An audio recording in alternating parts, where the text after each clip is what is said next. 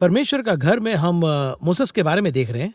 एक अनॉइंटिंग, एक अभिषेक का मतलब एक अंगीकार। ये जो चीज है ये बहुत ही मतलब परमेश्वर खुद आकर और उनके साथ हेवन कैसे आता है, ये हम मूसस की जिंदगी में हम क्लियरली देखते हैं। और वो भी पहले ही देखते हैं किस तरह एक प्लान को देते वक्त 100%, हम कहते हैं 0% एरर। जब मैं इसे देखता हूं तो एक तरफ मुझे परमेश्वर की महिमा समझ में आता है और दूसरी तरफ मेरे साथियों ने इस बात को नहीं समझा, इसका दुख भी होता है। पहले पॉइंट का समरी देकर आपने 3 पॉइंट कहा। सवाल के तौर पर भी मैंने पूछा, पिछले एपिसोड में कुछ सवाल मैंने पूछा। कार्यक्रम को कैसे शुरू करें बताइए। आखिरी पॉइंट जो हमने देखा था, मेरे सब घरानों में वो विश्वास योग्य है, यानी परमेश्वर का घर। पहला पॉइंट हमने देखा कि संसार में उसका चर्च है, यह परमेश्वर का भवन जहां पर आराधना होती है, वो घर। शुरू में तो ये तंबू था, फिर भवन बना, उसके बाद में हम उसके भवन हैं। तो इन सब में वो कितने विश्वास योग्य हैं। देखिए, मुझे बहुत ही हैरान करने वाला एक विषय है, पिछले हफ्ते इस पर बात नहीं की, वो क्या है? ये सब तो जंगल में बनाया गया था, रेगिस्तान में। लोकेशन कंपलसरी कॉम्प्रोमाइज करना था, है ना? अगर आप उसके रंग को देखते, पेंट करने को, तो वो कलर नहीं था, तो फिर क्या करते? ऑप्शन देखते हैं। ऑप्शन देखेंगे। यही तो एक ऑप्शन था, यही कह रहा हूँ। कहिए कि एक बहुत बड़ा राजा है, कहिए एक बड़ा राजा महल बना रहा है, बहुत बड़ा, दुनिया के धनी व्यक्ति कहते हैं जहां से जो भी लाना है लेकर आओ, कोई बात नहीं, वो जायज है, उनका तो सोर्स है, उनके पास सोर्स है, सब है। पर ये तो गुलाम थे, इन्हें भोजन के लिए हर सुबह आकाश की ओर देखना पड़ता था। इस तरह के ये लोग थे, और इन्हें बनाने के लिए कहने के बाद में 100% इसके लिए जरूरी चीजें कहाँ हैं? उन सारी बातों का प्रभु ने प्रयोजन किया, ये महत्वपूर्ण है। वो प्रबंध करने के बाद ये बिना कॉम्प्रोमाइज के करता है। कहा जाए तो परमेश्वर की योजना, हेवनली प्लान जब वो देते हैं तो उसका प्रोविजन भी रेडी करके ही देते हैं। प्रयोजन तैयार करके योजना भी दे दी। तंबू बनाने के लिए मुझे हैरान करने वाली बात तो ये है, परमेश्वर ने कहा इसे इस तरह से बनाना, इस पत्थर से। हारून की झिलम के बारे में कहा, जो वो पहनता था उसमें 12 पत्थर थे, सभी 12 पत्थर अलग अलग थे। इसमें 4 रखना, उसमें 4 रखना, ऐसे नहीं कहा, ये 12 अलग थे, स्पेसिफिक। अब ये 12 पत्थर 12 गोत्रों को दर्शाते हैं। यदि ऐसा है तो 12 पत्थर उस ग्रुप में होने चाहिए, यानी अब जंगल में उनकी जरूरत थी। जब इसने कहा तो वो हैं, यही अर्थ है ना? वो वहां क्यों आए, वो वहां कैसे आए? ये स्वाभाविक रूप में आना था, खोद कर नहीं निकालना था। ये कैसे आए? जब मिस्र से निकल रहे थे तब उन्होंने उन्हें ये दिए, यानी कोई प्रोजेक्ट दिया गया है तो इसका स्रोत तैयार है, यही अर्थ है। स्रोत तैयार है मतलब ये किसी और के द्वारा यहाँ पर लाया गया है। यही हमारी सेवकाई का विश्वास है। यदि आपको कुछ बताया गया तो बोलने के पहले सारी बातें तैयार करके रखी हैं, इसलिए उस विषय के बारे में बता रहे हैं। तो देखिए, इस विषय में तो नो कॉम्प्रोमाइज, परमेश्वर ने कहा ऐसे ही डिक्टो, बिल्कुल 100% होना है। दूसरा पॉइंट हम देखेंगे, मेरे सब घरानों में विश्वास योग्य है। मेरे घराने को मैं स्ट्रेस मेरे घर में, ये महत्वपूर्ण है। परमेश्वर का घर, परमेश्वर का घर, ये टाइटल है। मेरे घराने, ये प्रभु कह रहे हैं, परमेश्वर कह रहे हैं। जी हाँ। तो परमेश्वर के घर के बारे में दूसरी बात, नए नियम के अनुसार हम परमेश्वर के मंदिर हैं। परमेश्वर का आत्मा हम में वास करता है, इस तरह से तो हम ही उसके निवास स्थान हैं। जब ऐसा है तो मूसा के साथ ये समस्या शुरू होने का कारण क्या था? इसे देखने के लिए अध्याय 12 की शुरुआत में हम देखेंगे, मूसा ने एक कुशी स्त्री के साथ विवाह कर लिया था। इस तरह से, इसलिए मिरियम और हारून उसकी उस विवाहित कुशी स्त्री के कारण उसकी निंदा करने लगे। अगर हम इस टॉपिक को ले तो अगले 1 घंटे तक चर्चा कर सकते। क्यों कह रहा हूँ इसके पीछे? देखिए, परमेश्वर का इतना बड़ा सीक्रेट है, डेप्थ है। उसने कुशी देश की स्त्री से विवाह कर लिया, कहता है। बहुत से लोग ये विचार करते हैं मूसा ने दूसरी शादी कर ली थी।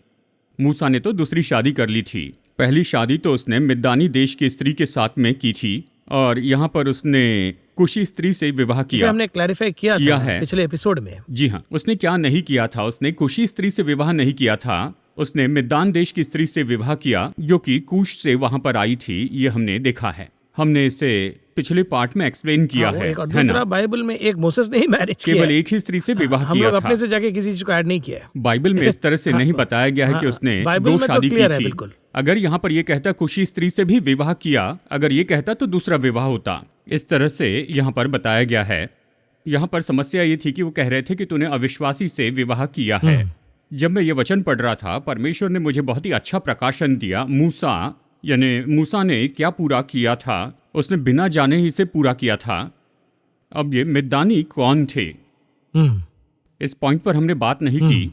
इसके पीछे का आत्मिक विषय बता रहा हूं। मिद्यानी कौन थे? अगर इस तरह पूछे तो अब हम थोड़ा पीछे चलकर इसे दर्शकों के लिए देखते हैं। सिर्फ देखने की बात है, यहाँ पर कोई बहस नहीं कर रहा हूँ, बस इसे देखकर हम इसे समझ ले, इसीलिए इसे कह रहा हूँ। उत्पत्ति की किताब अध्याय 25 में वचन 1 से वचन 4 तक, तब अब्राहम ने एक और पत्नी ब्याह ली जिसका नाम कतूरा था।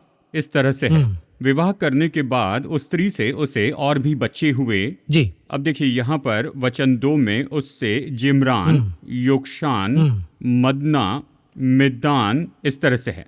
यही एंटर हो रहा है। यहाँ पर एंट्री हुई। अब्राहम के पुत्र ही मिद्दान थे।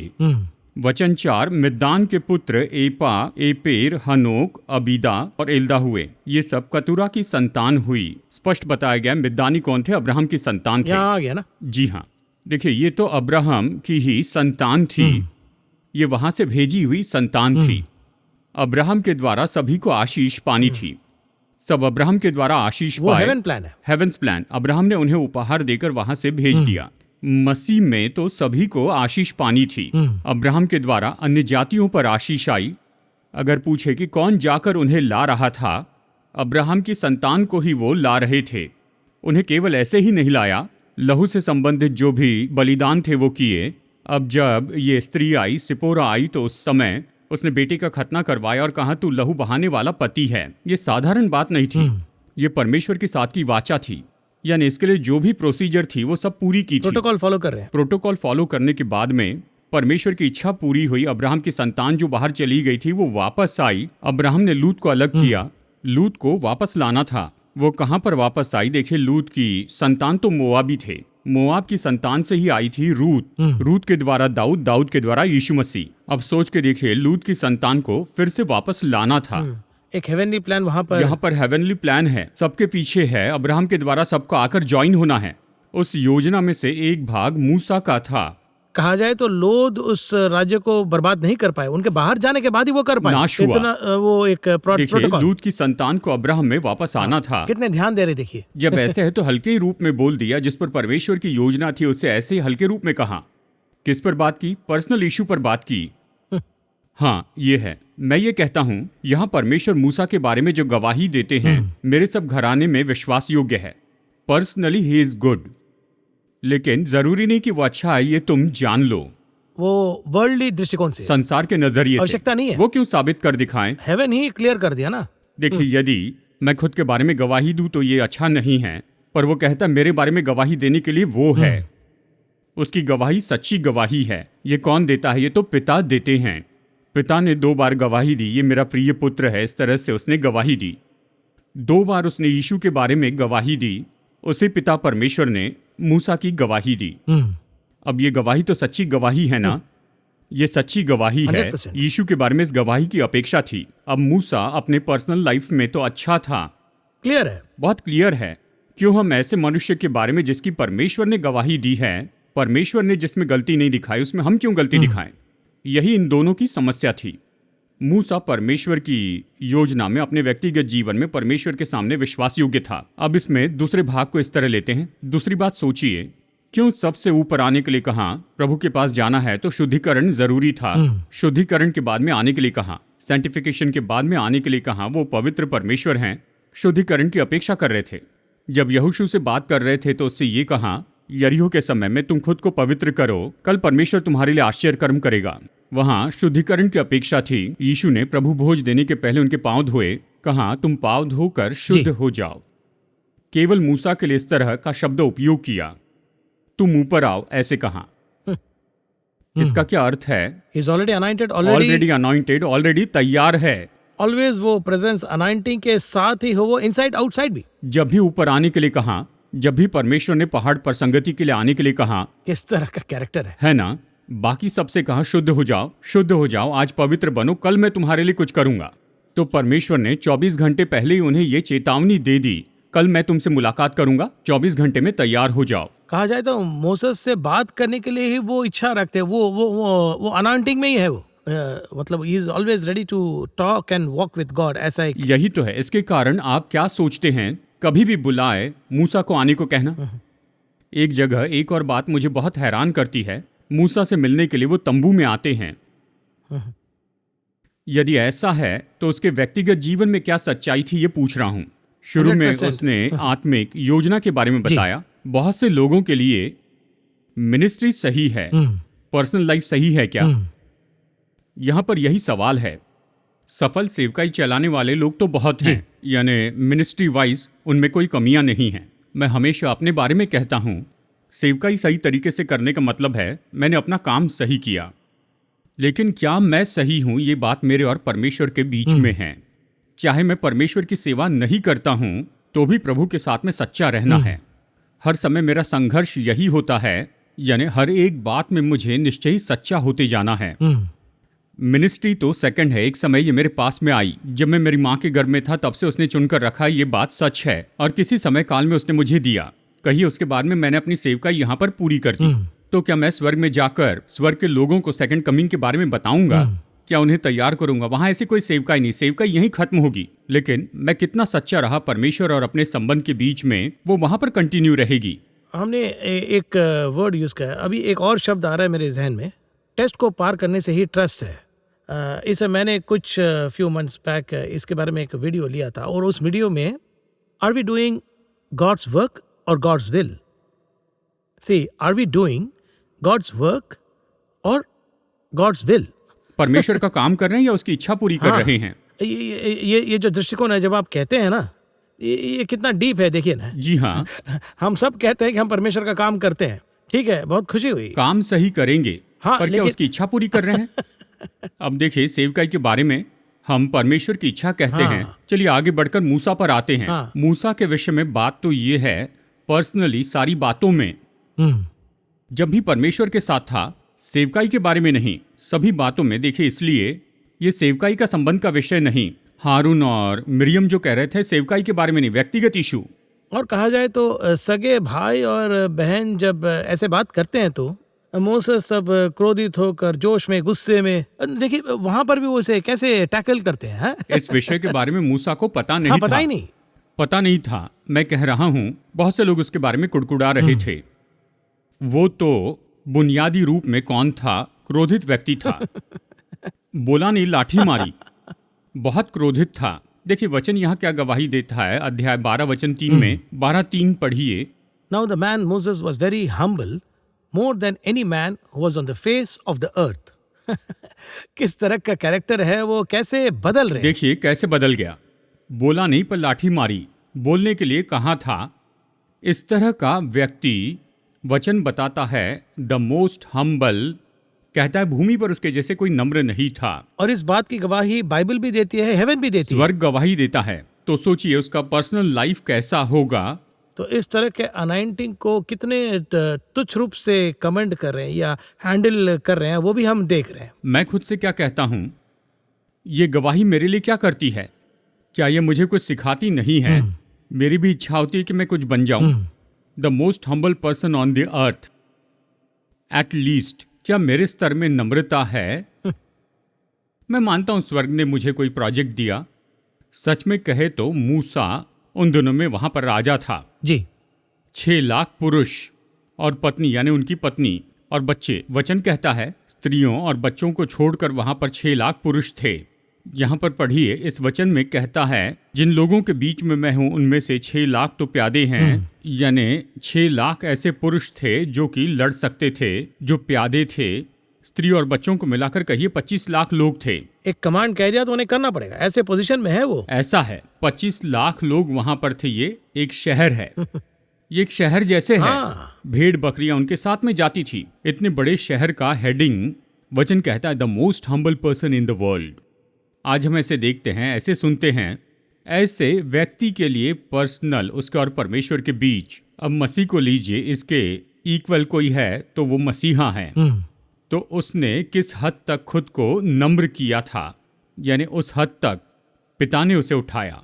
अब मसीह के बारे में हम तो हैरान करने वाले विषय को पढ़ते हैं। देखिए आप यूहन्ना 13 निकालिए। यूहन्ना 13 में मसीह के स्वभाव के बारे में क्या कहा, देखिए यूहन्ना 13:3 में।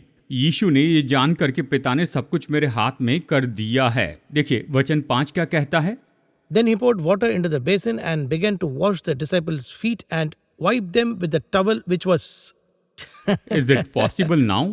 कैसे हो सकता? फुल पावर एक तरफ और दूसरी तरफ शिष्यों का पैर को दोनों clean कर वचनों रहे को हैं। जोड़िए ना, 3 और 5 को। Contrast होगा। स्वर की सारी सामर्थ्य उसके हाथ में थी।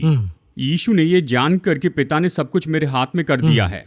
अगर आज कोई ऑफिस वाले किसी को कोई पावर दे तो कितने नाचने लगते हैं, है ना? हाँ। एक छोटा ऑफिस जिसमें 20 लोग हैं, उस पर किसी को पावर देकर देखिए, उनके बाद उनका चलना बदलेगा, भाषा बदल जाएगी, दर्शन बदलेगा, सब बदलेगा।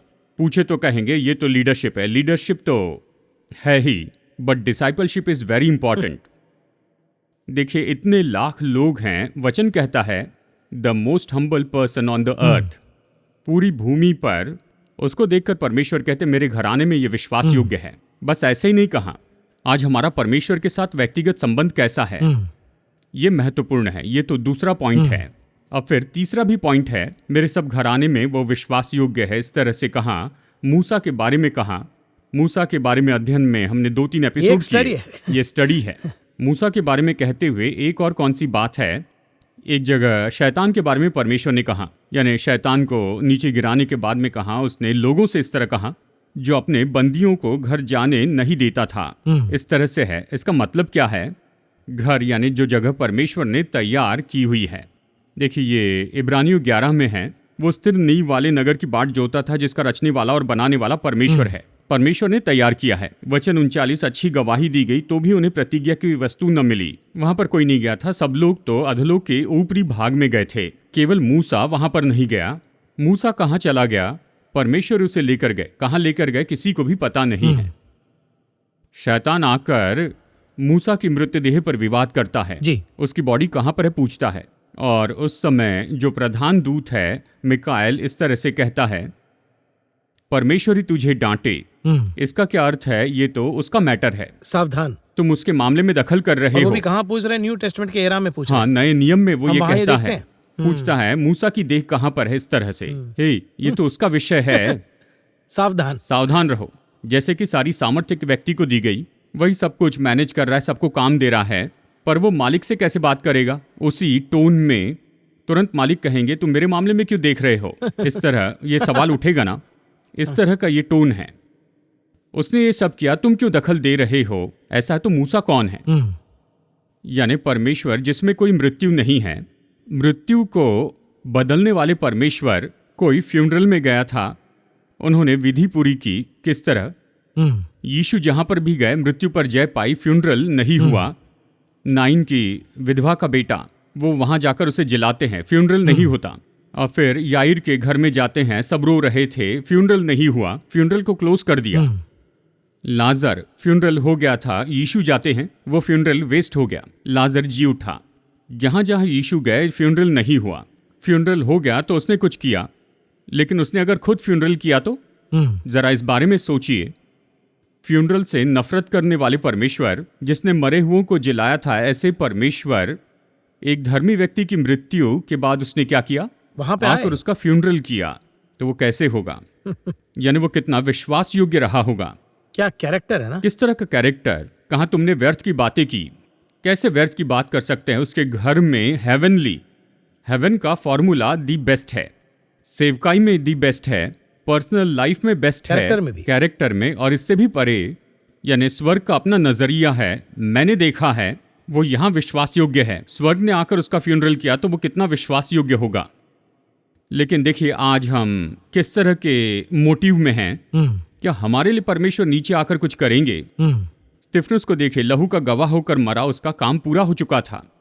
मसीहा उठकर उसका स्वागत करते हैं।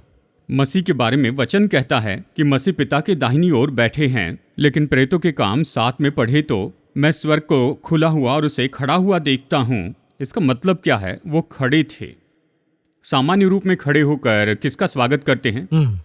आदर करने के लिए। खड़े होने का मतलब आदर करना। आप बैठे और कोई आता है तुरंत उठकर हाथ बढ़ाते हैं, ये उनका आदर करने के लिए है ना?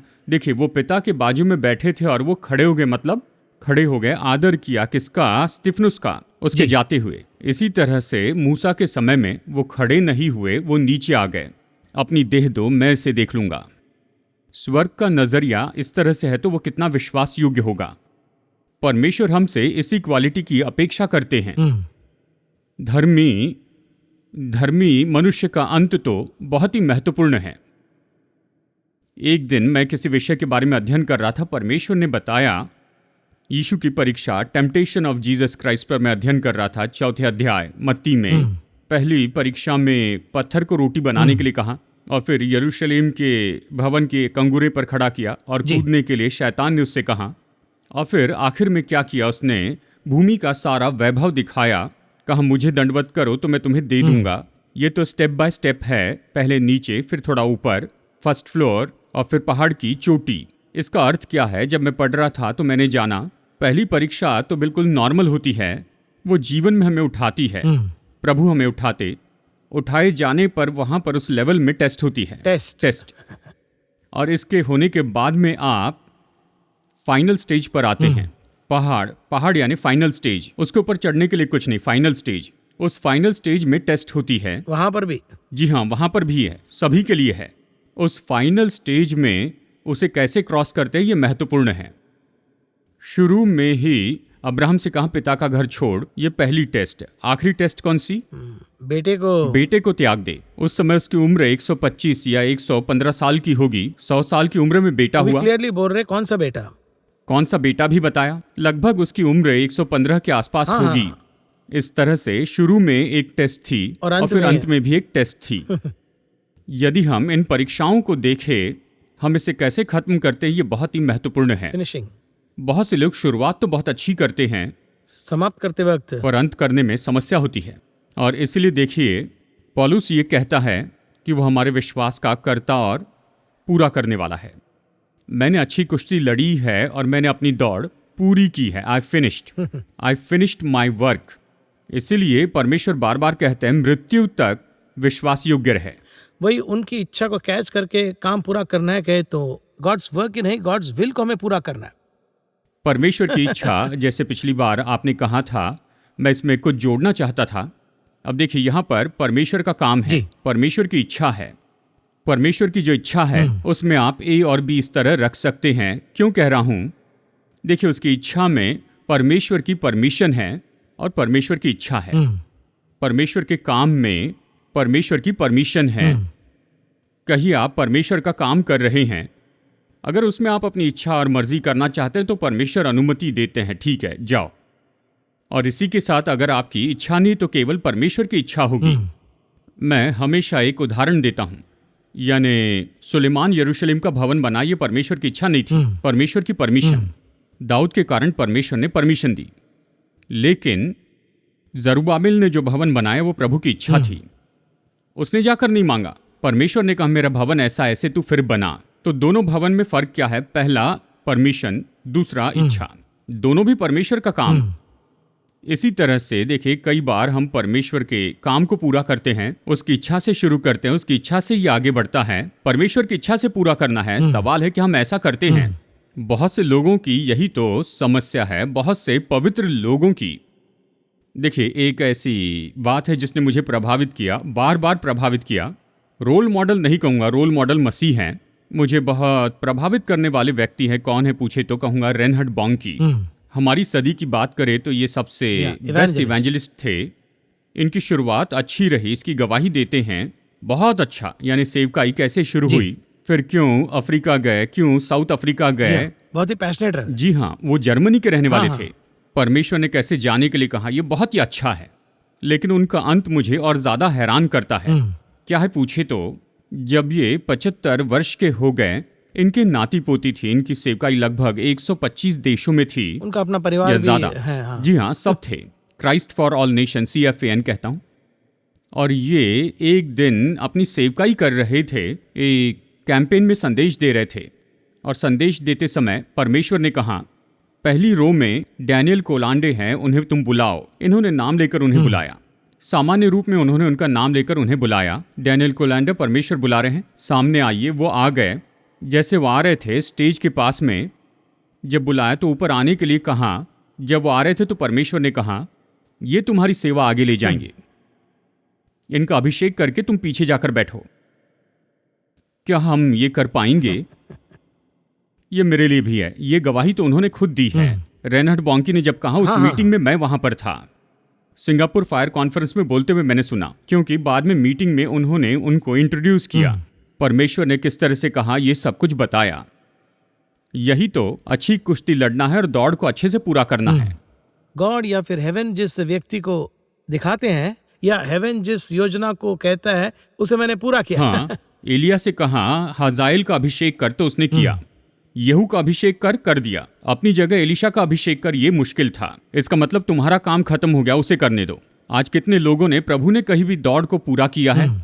कितने लोग आज दौड़ रहे हैं लेकिन उन्होंने इसहाक को बलिदान नहीं किया। आप मेरी बात समझ रहे हैं? नहीं तो कोई बात नहीं। प्रभु ने इसहाक मांगा तो उसे देना था। इसहाक के बारे में परमेश्वर ने कहा कि इसहाक का बलिदान करो, लेकिन ये संभव नहीं। मेरे बाद में मेरा सब कुछ मेरे बेटे का है, सब उसे दिया जाएगा। ये परमेश्वर की इच्छा नहीं। गॉड्स विल हो तो बहुत खुशी है। परमेश्वर की इच्छा है तो खुशी है। कौन क्या कहेगा? यहाँ पर आपने जैसे कहा परमेश्वर की इच्छा नहीं, परमेश्वर का काम हो रहा है। हम परमेश्वर का काम करते, क्या उसकी इच्छा पूरी करते? आज बहुत सी लोगों की दौड़ पूरी करना सही नहीं है। ये हम सब के लिए है। मैं किसी में दोष नहीं निकाल रहा हूँ। हमारे लिए कौन सा पाठ है? हम इतना बोलते हैं, जाते हैं, लेकिन क्या सब काम पूरा किया? प्रभु के बताए अनुसार देकर चले गए क्या? क्या हमारे जाने के बाद स्वर्ग ये कहेगा कि मेरे घराने में ये विश्वास योग्य है? ये उसके लिए है, ये सिद्ध होने के लिए नहीं। हम सिद्ध नहीं हैं, आपके बारे में पता नहीं, लेकिन मैं सिद्ध नहीं हूँ। मैं सिद्ध बनने की कोशिश कर रहा हूँ। ये गवाही जीवन में एक बार तो दूसरों को नहीं पर मुझसे कही जाए। नहीं, हर कोई, जैसे कि आपने कहा, it's easy to preach, difficult to practise. इसलिए परफेक्शन जो है इसे एवरीडे करना होगा हमें। इसे करना है। ये सब हमारे लिए पाठ हैं। ये हमारे लिए मैप जैसे है। इसे देखिए, ये लाइफस्टाइल मुझे चाहिए, इसलिए कोशिश करनी है, आशा रखनी है। इसलिए प्रभु ने ये दिया है। आखिर का 30 सेकंड्स बचा है। कंक्लूडिंगली मैं एक चीज कहकर समाप्त करना चाहता हूँ। आपसे पूछना चाहता हूँ, आपने 3 पॉइंट्स कहा और 3 पॉइंट्स का की समरी अगर आपने बता दिया तो हम समाप्त कर सकते हैं। 3 पॉइंट्स। परमेश्वर ने मूसा के बारे में गवाही दी। उसने क्या अपेक्षा की थी? एक तो उसने जो प्रोजेक्ट दिया, सेवकाई दी, यानी स्वर्ग ने हम पर विश्वास करके ये दिया है, इसमें विश्वास योग्य रहना है। First point. दूसरी बात, काम कर रहे पर्सनल जीवन सही नहीं है, ऐसा ना हो। कुछ लोग सरकार के लिए काम करते हैं, इलीगल काम करते हैं, ऐसा न करें। हमारे जीवन में प्रभु के लिए विश्वास योग्य रहे, काम हो या ना हो। I must be trustful person. और फिर अंत में जब अपनी दौड़ पूरी करते हैं, स्वर्ग हमारे बारे में गवाही देने पाए। हमें स्वर्ग के लिए विश्वास योग्य रहना है, क्योंकि स्वर्ग उससे दफनाने के लिए नीचे आया। हमें इतना विश्वास योग्य रहना चाहिए। इसलिए यीशु ने कहा, मैं अपने पिता के सामने तुम्हें स्वीकार करूंगा। स्वर्ग में हमारे बारे में गवाही देंगे। उस जगह पर पहुंचना है। इसी के बारे में अब तक हमने ये सीखा। मैंने जो सीखा वो यही बात है। धन्यवाद ब्रदर। ये तीनों टेकअवे बहुत ही मुख्य है। उसके अलावा परमेश्वर का घर, मतलब ये तीनों टेकअवे का होना जरूरी है, और उसे ही हमारे जरिए, इस कार्यक्रम के जरिए प्रभु दर्शा रहे हैं। ये मैं समझता हूँ। मेरे लिए भी ये एक लर्निंग था। बहुत सी बातों का टेक अवे था। मुख्य रूप से ये 3 पॉइंट। फिर से दर्शकों को मेरा ये रिक्वेस्ट है कि इस कार्यक्रम को एक बार नहीं, कई बार देखिए। ये बाइबल स्टडी है, एक पेपर पेन ले लीजिए, क्योंकि इसमें बहुत सारी बातें हम रिकॉर्ड करके, क्योंकि हम ये सब प्लान करके, आप हमेशा कहते हैं कि अश्विन हम सिर्फ आके बैठ जाते हैं, पवित्र आत्मा जो कहता है वही हम कहते हैं। तो किस हद तक उनके लिए परमेश्वर बात करते हैं, ये मैं कहना चाहता हूँ। प्रभु की महिमा। बहुत सी बातें हमने सीखा। इस कार्यक्रम में आने के लिए धन्यवाद। नमस्कार। धन्यवाद।